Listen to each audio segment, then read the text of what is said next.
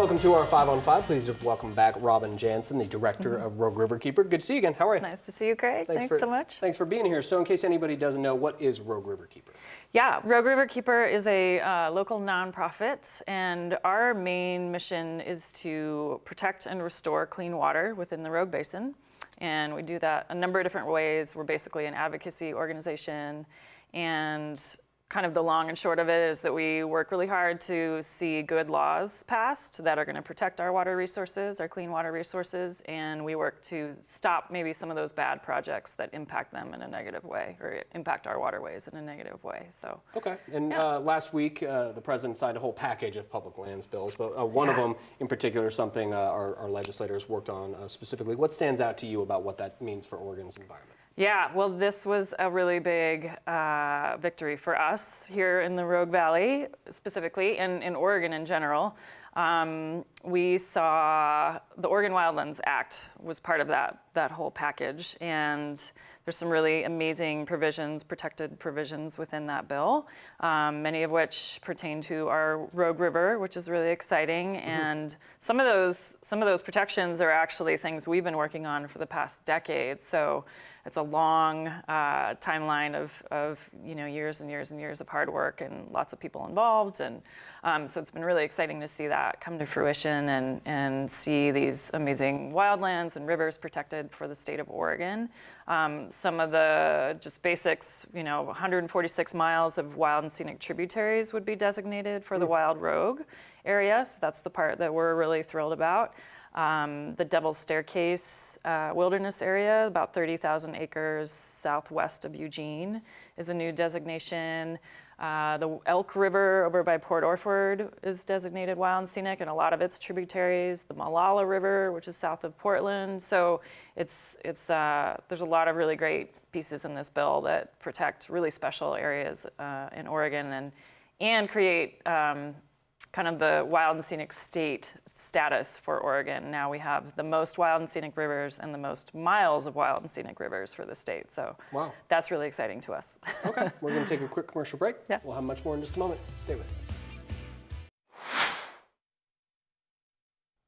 Welcome back to our 5 on 5. Again, we're here with Robyn Janssen from Rogue Riverkeeper. So we're talking about the public lands bill signed by the president last week. I guess you had a hand in some of this. The Rogue River, you mentioned it. This is the wild and scenic section of the Rogue. Increased protections. What does that mean? Yeah, so the wild and scenic section of the Rogue is protected. There's so many miles from roughly kind of Graves Creek to Foster Bar. That's the quintessential wild and scenic section of the Rogue. Okay. So that section, the main stem of the river is protected, but all the tributaries that feed into the river aren't protected.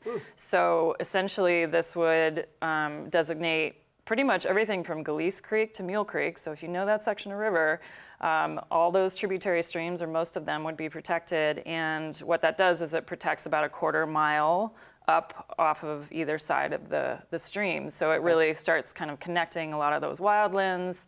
And the protections are so important just because it protects that clear water, that cold water that's really important for fish habitat and the main stem of the Rogue, and therefore our tourism economy and everything else that's involved. So and so you guys is advise the right word, or did you work with Senator Wyden's office? We've just kind of had a hand in some of this legislation for years, and working to just push it forward and get support for it. We worked with Wyden staff this summer because they really wanted to know more about those tributaries, like if they ran annually or year-round and how much water. So I actually went down the river, and I've been a river guide down there for years, and got to kind of stop at all the tributaries and took photos and just took sort of observation, data for them and reported back. And so then they were able to sort of inform a lot of legislation based on that information. So that was kind of a fun little project. Yeah, I bet, of course. And for us to do.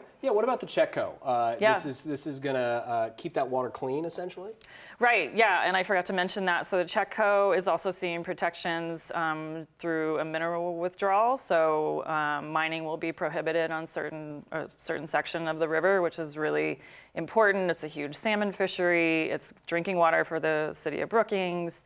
And it's just an amazing, amazing river to visit and spend time on. So So that's a really important and kind of crucial protection for that river as well. Yeah, okay. Yeah. Well, great to Yeah. see you. Thanks for breaking it down for us. Yeah, Thank you. absolutely. Thank All right, you. stay with us. We'll be right back.